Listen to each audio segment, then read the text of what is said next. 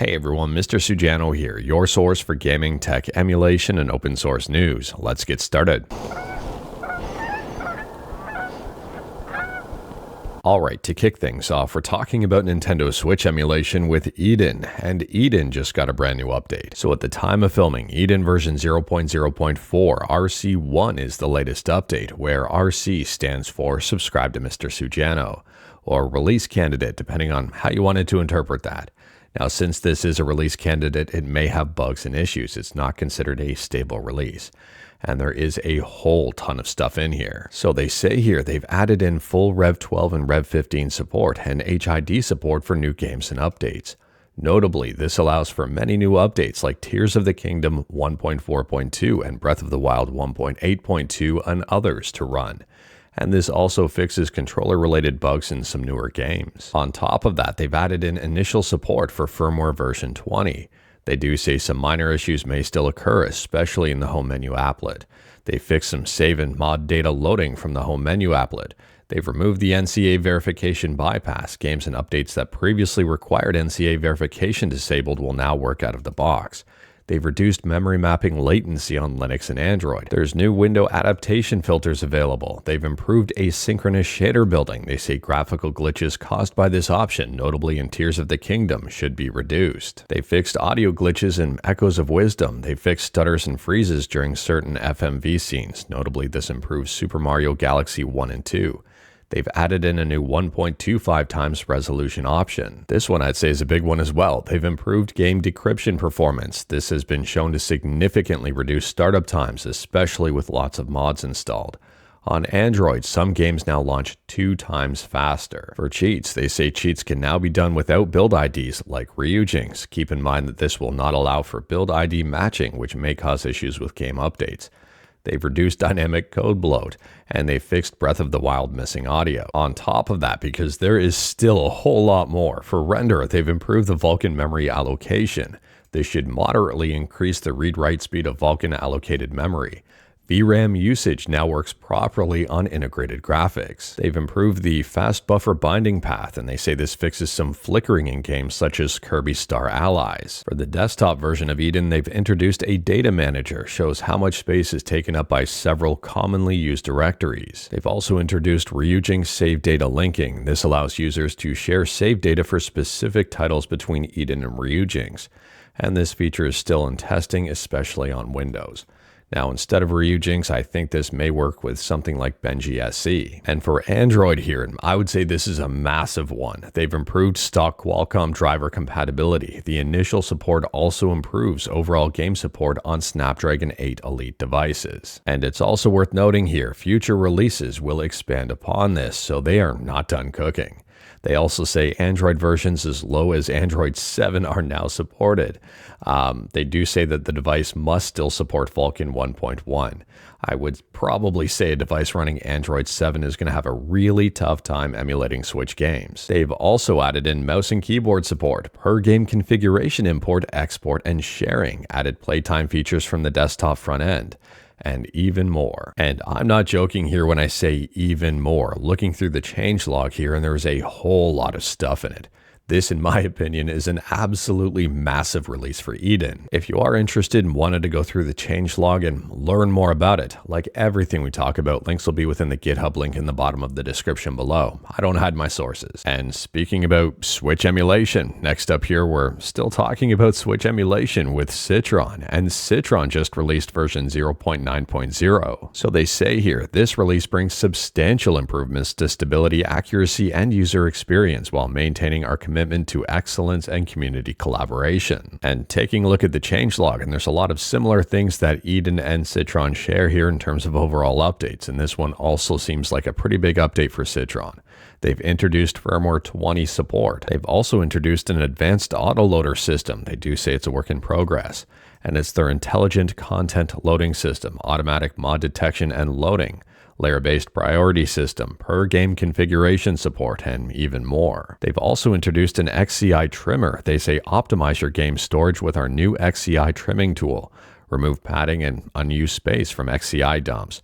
reduced file sizes significantly without data loss, integrated UI for easy operation, and even more. There's a brand new multiplayer room overlay, and there's also a brand new automatic updater system. They go on to say Citron can now install firmware directly from zip archives and no manual extraction required. Under major improvements, they've added in enhanced NCA handling, better decryption performance, significantly faster game startup, especially with mods. On top of that, there's Vulkan rendering enhancements, shader compiler improvements, multiplayer and networking improvements, and even more. On top of that, they've improved memory mapping performance. There's better controller detection, there's Android improvements, PC improvements, and even more. And continuing to talk about Switch emulation, next up here we're talking about Benji SC. And yesterday we talked about Benji SC version 2.0.5H, and now we've got 2.0.5i. So with 0.5H we talked about some controller improvements, and with 0.5i they've added in some nightly patches from Kenji NX. And speaking about patches per se, next up here I'm patching some news we talked about in previous videos. So in previous videos I highlighted two articles here on Gardner Bryant. One is an interview with Eden devs for Nintendo Switch, and the other one is an interview with RPCS3 devs for PlayStation 3. Now, in both of those, I credited Gardner Bryant for doing the interview, as the interview is hosted on the Gardner Bryant website. However, I just wanted to issue a correction here and say the interviews were provided by Dash. So Dash is the author on both of these. I do recommend checking out a lot of different articles here from Dash. I mean, taking a look, they've got interviews with RPCS3 Eden, the PCSX2 team, and even more. They even talk about the AYN Thor.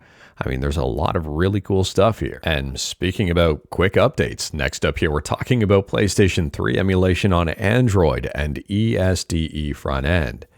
And it looks like ESDE front end will be getting PS3 Android emulation. Now, unfortunately, I don't have a timeline as to when this will be released, but taking a look here, it does appear that they will be supporting APS3E, which is available on the Google Play Store. And continuing to talk about PlayStation 3 emulation, next up we're talking about RPCS3.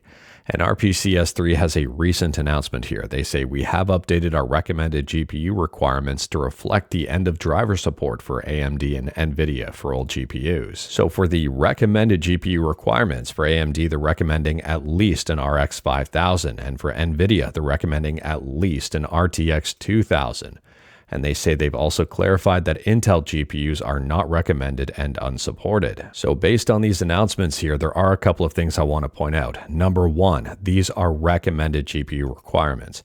It doesn't mean that RPCS3 won't work on older GPUs, they just don't recommend it.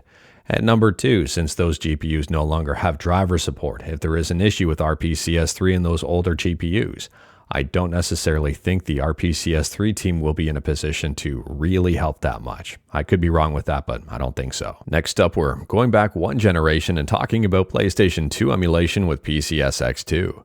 And there's a very interesting project that's been posted up on Reddit PCSX2 titled PCSX2 Cloud Saves and Free Lifetime Storage. So they go on to say here, we're building a cross-platform cloud save syncing service for emulators. It supports PCSX2 out of the box, letting players access their saves on any device without worrying about file save locations or transfers. We are currently accepting signups for a closed beta. If you are selected, you will get the free lifetime access to the storage included with your beta account. So taking a look here, and this service is called Tomo. I'm going to guess that it will become paid at some point in time, just based on that description alone. And it also appears it's going to support more than just PCSX2, like Dolphin and other emulators. Now, unfortunately, I don't know what pricing details are going to be, but they do say competitive pricing with other services like Google Cloud, iCloud, OneDrive, and others. And if you use multiple devices for emulation, like to sync saves, this might be an option for you. Let me know your thoughts. Moving on, and we're quickly talking about ManicEMU, which is an all-in-one retro game emulator for iOS. And ManicEMU just got a brand new update. So at the time of filming, ManicEMU version 1.7.3 is the latest update.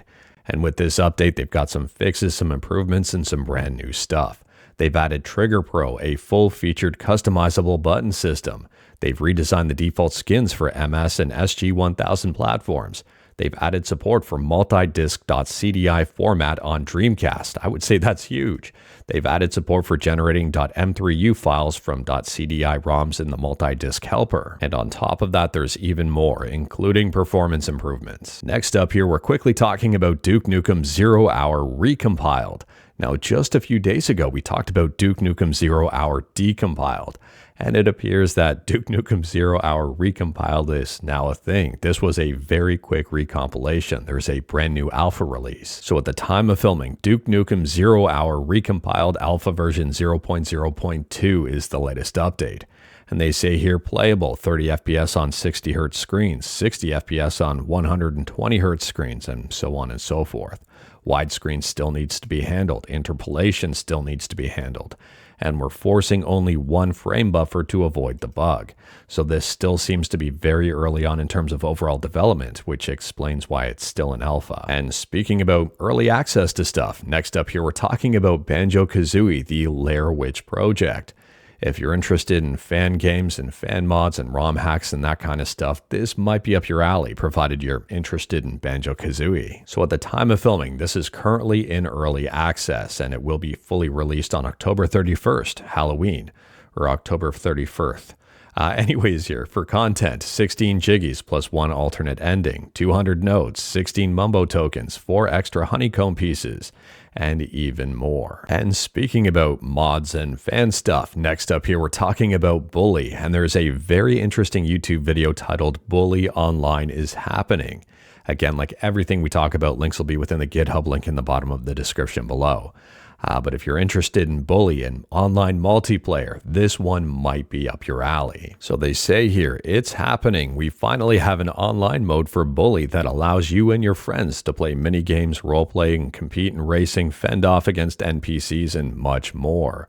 Let me know your thoughts about this one in the comments below. And speaking about interesting stuff, next up we're talking about an article that's up on Time Extension. I recommend checking this one out, and it talks about Hideo Kojima and The Matrix. And did you know that Hideo Kojima may have once been tagged to make a Matrix game, but Konami said no? So listen to this headline. They were big fans of Kojima. The Wachowskis once asked the Metal Gear creator to make a Matrix video game. And I guess things might have actually happened if Konami didn't say no. Let me know your thoughts about this one in the comments below, and if you've read the article, let me know your thoughts about that entire situation. Super interesting. And I think it's worth pointing out here in terms of what could have been if Kojima was allowed to work on the Matrix game. Metal Gear Solid 2 Sons of Liberty may have suffered. Let me know your thoughts about that one. And speaking about the creation of games, next up we're talking about RV There Yet. And this game seems to be up my alley. It's a very interesting co-op game that seems to have exploded in popularity.